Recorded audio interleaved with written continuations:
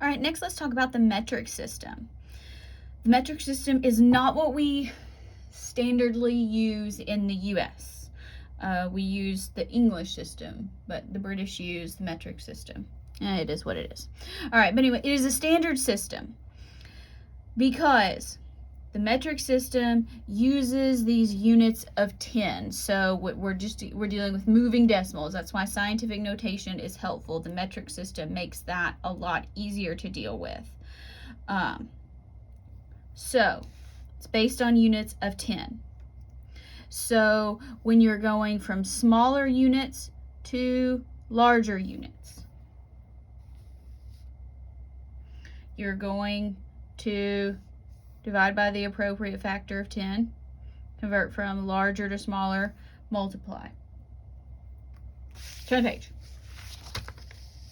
All right, base units. This is what you need to know. Okay, base units. In the metric system, length is a meter. What do we use to measure length? Well, in the lab, we'll probably use a meter stick. You kind of call it a ruler. But you might be measuring length as far as like somebody's height or like their waist circumference or something like that. So you can use some form of tape measure. And it can be hard or soft, depending on what you're doing. So the English equivalent of a meter is 1.09 yards or 39.4 inches. You don't have to memorize that, but it is helpful information. You do need to know that if you're going to take my chemistry class, which I highly recommend you do. But, all right, base unit in the metric system of volume is a liter. Here, meter is a lowercase m, liter is a capital L. Should probably tell you that. How do we measure volume in the lab? We use a graduated cylinder. All right, it's a fancy kind of measuring cup. It's not a cup though, it's a cylinder, so it's just a long tube with a lot of marks on it. All right, so the base unit in of mass, a lot of times we say weight. They're technically not the same thing, but we use them interchangeably, is going to be a gram, which is going to be G for gram. Now, in the lab, we measure mass using a balance. It's technically called a balance. Now, most of us are saying, oh, well, we're going to measure weight and we're going to do it on a scale. Yes, that's also true. All right. 1 pound is 454 grams, 0.36 ounces. You don't have to memorize those, but it's just kind of a relative thing. So gram, much smaller than a pound. Okay, now temperature. In the metric system, we use degrees Celsius, the Celsius temperature scale. How do we measure temperature? Obviously, we know that. We use a thermometer. We will not be discussing the benefits of the various types of thermometers in this class, but if you want to have that discussion, come see me. I'd love to talk to you about it. All right, so we have these base units. Now, it's not always practical to use a meter, a liter, a gram, or degree Celsius because, okay, let's think about this. If I weigh, like if you take somebody, this is not me, if you take somebody and you say somebody has a weight that is going to be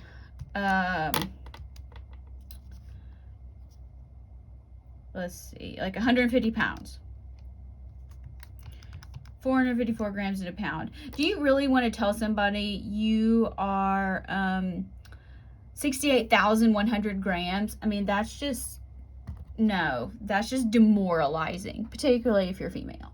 So what we can do is we can make these into a little bit more measurable or appropriate contextual units, because remember, The metric system is based on decimals, units of 10. So you can use these prefixes to make things larger or smaller. So most of us are pretty familiar with weight being in pounds or kilograms. So yeah, this same person can say, okay, you know what, it's not so bad to say I'm 68.1 kilograms versus, 150 pounds. All right, now, here, it's not written on here, but I'm going to give it to you anyway. Right here, this is where your base unit would be. So some of these prefixes, if you want, oh no, it's not there. It's here, sorry. This is your base unit. I got excited. Yeah, so here's your base unit. Right here. Base unit. So you're multiplying it by 1. Now, to get larger, generally there's ways to go up by 10 and 100, but practically we don't really use this very much. Ones that you might need to know. Kilo for sure. Kilo is a lowercase k. Case matters, so be specific when you're writing and be careful. So kilo is a lowercase k. That means 1,000 of your base units. So if you take 1,000 grams, you get 1 kilogram. Mega, you won't see this too often, but it's used sometimes. You're probably most familiar with it as far as file sizes with computers. So mega is a capital M. And it means, and see, I like to remember this, mega means million, if you like to play the lottery. So mega millions. So it means 1,000,000 base units. So 1,000,000 grams is a megagram. That's kind of weird, but it's a lot. Okay, now, more commonly, you will get smaller. So when we get smaller, we move the decimal by 1. So here we're moving the decimal to the left. We're getting smaller. You see the negative exponents. I'm just trying to explain this in several ways because somebody's brain's going to appreciate that. All right, so we have deci, lowercase d. That means we're going down by 1 factor of 10, so it's 0.1. So there's 2 ways to say this. You can say that 1 decigram is 1/10 of a gram, or 0.1 grams. Or you can say, I don't like that notation, so I say there are 10 decigrams in 1 gram.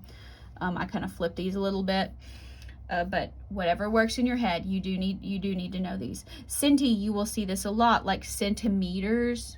Talk about this, yes, centimeters.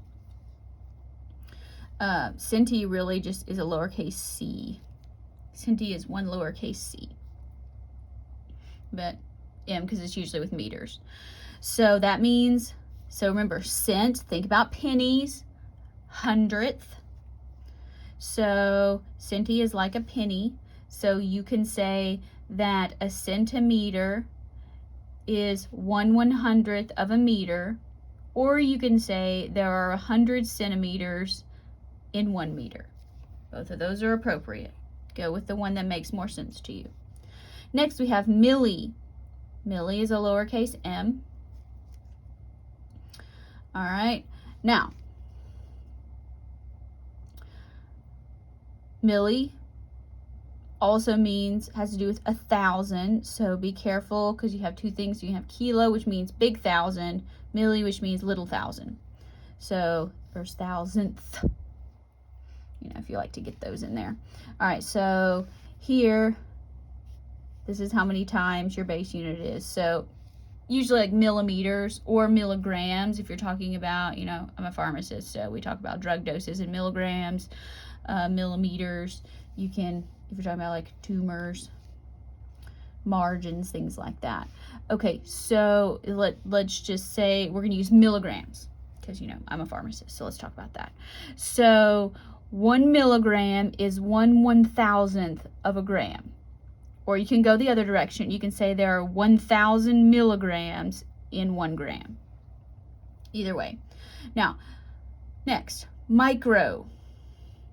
You can see this in micrograms is usually probably how you'll see it. You might see microliters if you do some lab work or concentrations. You might see micromolar. Okay, so micro means 1/1,000,000th. That's what that means. Okay, now this is the traditional, it's a lowercase Greek letter mu, so it's kind of like a fancy sort of cursive M. This is not allowed in the medical chart anymore, so you might want to just mark it off. It's on your paper so that you can recognize it and know that it exists, but for medical charting, we use MC for micro, okay? It means millionth. You can say 10 to the negative 6 would be the factor there, your multiplication factor. So 1/1,000,000th of a gram is a microgram, or there are 1,000,000 micrograms in 1 gram. Next, nano, you might see this with meters, liters, or grams. Nothing weird there. All right, so nano, lowercase n, is a billionth. So 10 to the negative 9, that's a billion. So 1 nanogram represents 1/1,000,000th of a gram, or you can say there are 1 billion nanograms in 1 gram. Both are acceptable. Angstrom, we don't really use this anymore, but it's on there. Some people might, but that represents 10 to the minus 10. So you would say there are, I don't even know the proper name for that. But angstrom is actually used as a measure of length. But so there would be 1 times 10 to the 10th angstroms in a meter, or 1 angstrom is 1 times 10 to the negative 10th meters. So when you're writing out these units, you have your prefix with your base unit. So, you know, you can have like a kilogram, a milligram, a milliliter, a microgram, because we're not going to use the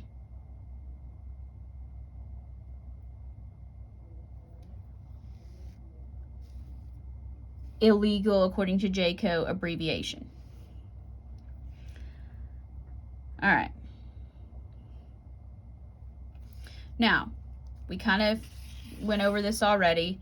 If you happen to have one at home, great. If not, that's okay. We'll try to look at it in the lab. So we use a meter stick, which is a little bit longer than a yardstick. So on one side you'll have 1 through 39. Those are the sides in inches. 1 meter. I used to say 39.4, but roundabout. So, but they're pretty close to each other, because remember, a yard is 36 inches. Now, when you turn the meter stick over and you actually look at the metric subdivisions, how many centimeters are in a meter? Well, there would be 100 of them, because centi means 1/100th. How many millimeters are in a meter? 1,000, because milli means 1/1,000. All right. Now, this one's kind of weird, and it's easier to see when you're looking at it on a ruler or, you know, a meter stick or something. I don't happen to have one in front of me. But how many meters are in a centimeter? Well, so which one's bigger? This is how I teach unit conversions. Which one's bigger, a millimeter or a centimeter? A centimeter. All right, so a centimeter is 1 out of 100. And a millimeter is 1 out of 1,000. All right, so let's get rid of some of these excess zeros. They both have 2 zeros in common. So when you do that, you're left with 1 centimeter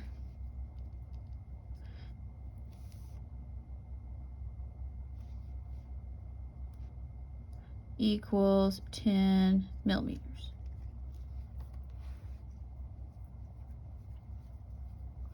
Because you have to kind of flip them. But so a centimeter or a millimeter is 1/10 of a centimeter. So you can say a millimeter equals 1/10 of a centimeter is how that works out. So that means there would be 10 millimeters in 1 centimeter if you want to do cross multiplication.